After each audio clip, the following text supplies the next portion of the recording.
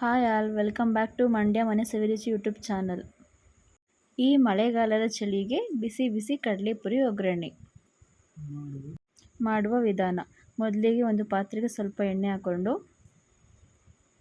ನಂತರ ಸಾಸಿವೆ, 2ರಿಂದ 3 ಒಣಮೆಣಸಿನ್ಕಾಯಿ ಕಟ್ ಮಾಡಿ ಹಾಕ್ಕೋಬೇಕು, 1 ಕಪ್ ಕಡಲೆ ಬೀಜ,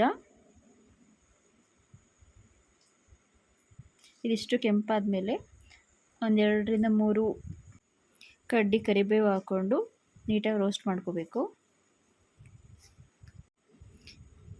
1 ಗೆಡ್ಡೆ ಬೆಳ್ಳುಳ್ಳಿ ಜಜ್ಜಿಕೊಂಡು ಫ್ರೈ ಮಾಡ್ಕೋಬೇಕು. ಸ್ವಲ್ಪ ಅರಿಶಿಣದ ಪುಡಿ,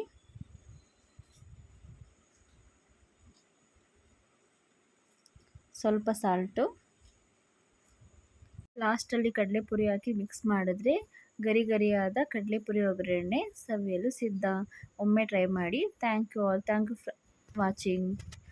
ನಮ್ಮ ಚಾನಲ್ನ ಪ್ಲೀಸ್ ಸಪೋರ್ಟ್ ಮಾಡಿ, ಸಬ್ಸ್ಕ್ರೈಬ್ ಮಾಡಿ, ಲೈಕ್ ಮಾಡಿ. Thank you.